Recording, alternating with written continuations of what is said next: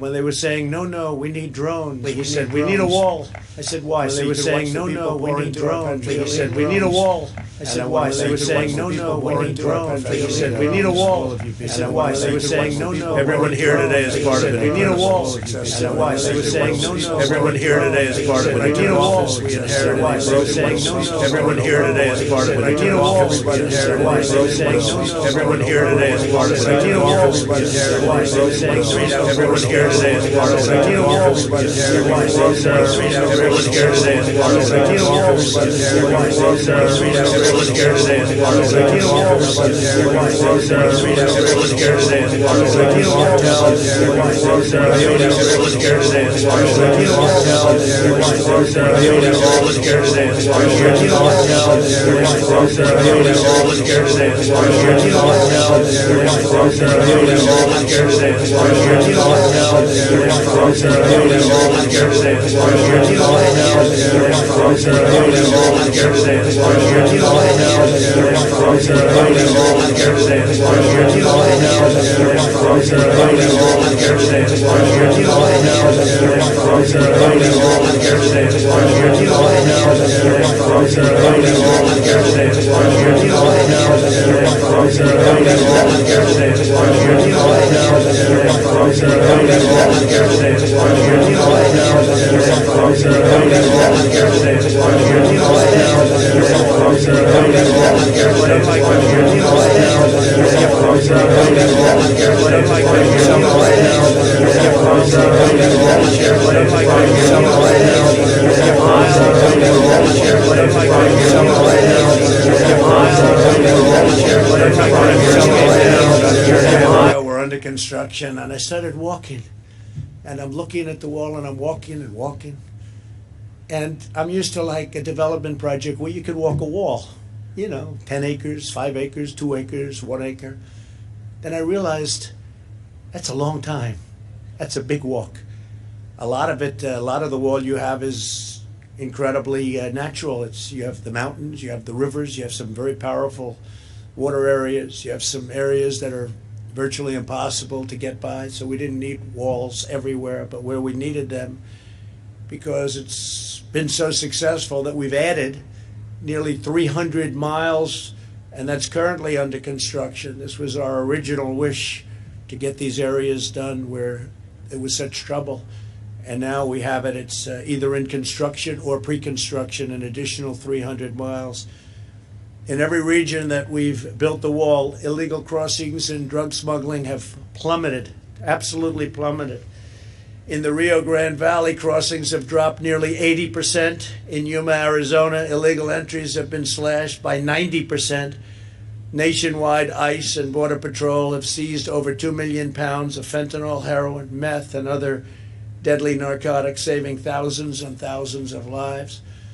We've arrested nearly 500,000 illegal aliens with criminal records, some with very serious criminal records of the type you don't want to know about, like murder. We removed nearly 20,000 gang members from the United States, including 4,500 members of MS-13, probably the worst gang of them all. Through the landmark reforms we've put into place, we have ended the immigration chaos and reestablished American sovereignty. Our most important reform was ending catch and release. Not easy to do. You're dealing with Congress, it's very, very difficult, which is the functional equivalent of open borders, but even worse. It's catch and release them. It means release into our country, not into another country. This policy was exploited by vicious criminal organizations who understood the laws better than our people understood them for years, to spread misery and suffering and drugs all across the hemisphere. Now, instead of catch and release, we have detain and remove. It's called detain and remove. Doesn't that sound better? One of the biggest loopholes we closed was asylum fraud. Under the old broken system, if you merely requested asylum, you were released into the country. The most ridiculous thing anyone's ever seen. And we were taking in some people that you didn't want to have in your country. We instituted a series of historic policy changes to shut down asylum fraud, and that's what we did. This includes the groundbreaking agreement with Mexico known as the Migrant Protection Protocols, or MPP. Under this agreement, if an illegal alien requests asylum, they have to wait in Mexico until their case is heard. They used to wait here, and when they were waiting, they would say bye-bye, and they'd disappear somewhere into our country and essentially would never find them again, would never see them again. This one measure alone ended a humanitarian crisis and saved countless lives, and especially, I have to say, lives from crime. I want to thank the great president of Mexico. He is a great gentleman, a friend of mine, and President Obrador. He is a man who really knows what's happening, and he loves his country, and he also loves the United States. But I want to thank for his friendship and his professional working relationship. We actually had 27,000 Mexican soldiers guarding our borders over the last 2 years. Nobody thought that was possible. And they made it very, very difficult, and that's why the numbers were able to plunge even during the construction of the wall. And by the way, one of the big elements of the wall that make it so successful is we can have far fewer people working now. They can be working on other things related to crime and drug prevention and a lot of other elements they're working on, because we save massive numbers of people. And included here, we have the most sophisticated camera systems and most sophisticated electronic systems anywhere in the world. We implemented 3 historic agreements with the Northern Triangle. That's Guatemala, Honduras, and El Salvador. Under these critical asylum cooperation agreements, the burden of illegal immigration is now shared all across the region. Now, when an illegal immigrant is arrested at our border, they can be sent to a neighboring country instead of into a U.S. community. Prior to my getting here, countries wouldn't accept them. They would say, no, no, no. I said, well, you got to take them. First month, I'll never forget. These gentlemen right here came to me. They said they won't take them back. They came. They may be murderers. They may be cartel heads. They may be some really vicious people. The countries didn't want them back.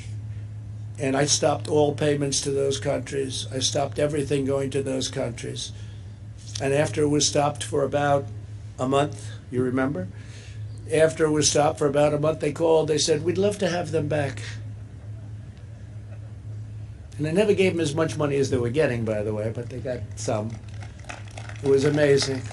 And you people know better than anyone. They wouldn't take them back. We'd have planes flying over, loaded up with people that we didn't want here. And they'd say, don't ever even think about landing that plane. And they'd take them by boat, and they'd take them by bus, and they wouldn't let them into their countries. And all of a sudden they say, welcome back. We love having you. So it was a great thing, and now they do take them back. And the relationship with those countries, the Triangle, the relationship is a much better one than it was before. In addition to our agreements with Mexico, Guatemala, Honduras, and El Salvador, we have systematically reformed the regulatory code to return asylum to its original legal meaning and purpose, not a free ticket for entry.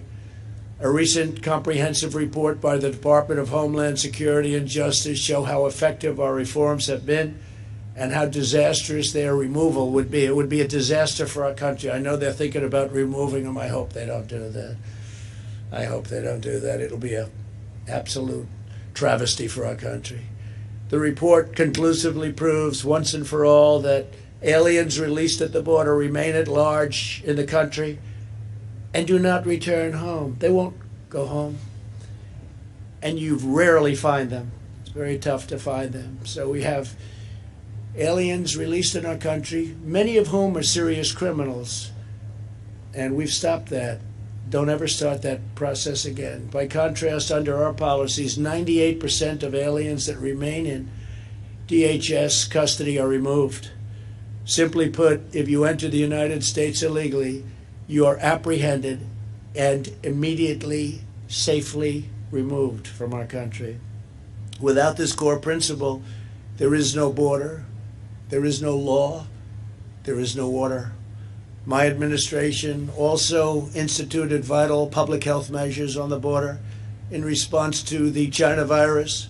under Title 42 of the U.S. Code, illegal immigrants are being promptly removed to protect the health of border agents, other migrants and local communities, and the public at large. Removing these protections would invite a public health catastrophe of epic proportions. As you probably know, in Tijuana, various parts of Mexico, the COVID, it's got about 24 names. I can call it from COVID to China virus. I can call it the plague. I call it the China plague. A lot of different names. But we always call it the invisible enemy. But the invisible enemy has been very tough on Mexico. And we have areas along the border where we're in great shape because right there, because of that we're in great shape. But on the other side in Mexico, they're suffering greatly with the virus.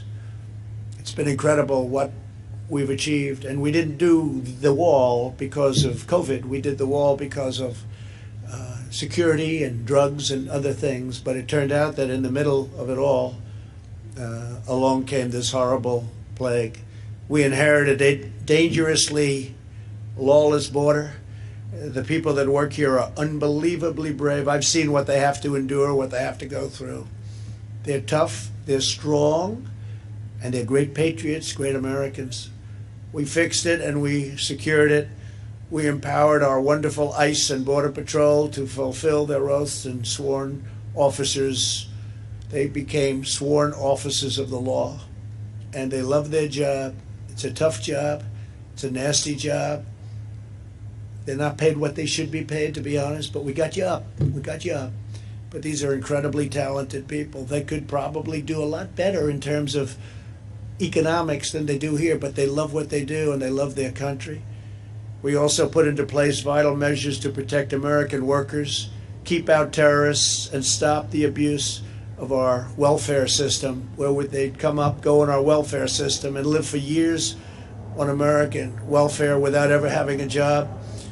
We also have, and we had, but we have them all the time. We have terrorists from the Middle East coming into our country through the southern border. That was before what you see right here. Because it was easier to come into our country through the southern border than it was through airports or any other means. So they'd land in South America and they'd work their way up and they'd come into our country. And these are not people from the countries that you would suspect. These are people from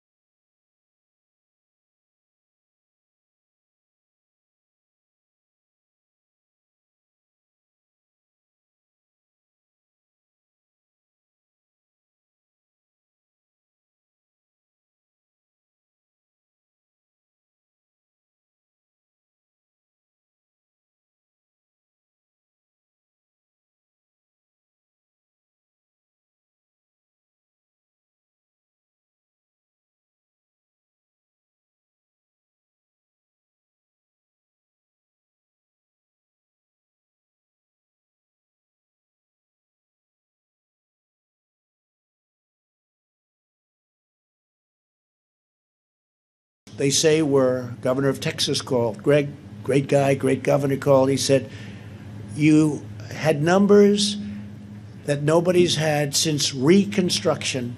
Reconstruction means Civil War, and largely Hispanic. They understand it better than anybody, and they want law enforcement to help them live safe lives. The laws that Congress passed must be upheld. To the men and women of ICE, Customs and Border Protection, and all across DHS, law enforcement in general, you have earned the everlasting gratitude of our nation. You have no idea how much our nation loves you and respects you. I don't think you do have an idea, but it's true. I only hope and pray that your voice will be heard, honored, heeded, and respected long into the future. God bless you, God bless law enforcement, and God bless America. Thank you very much.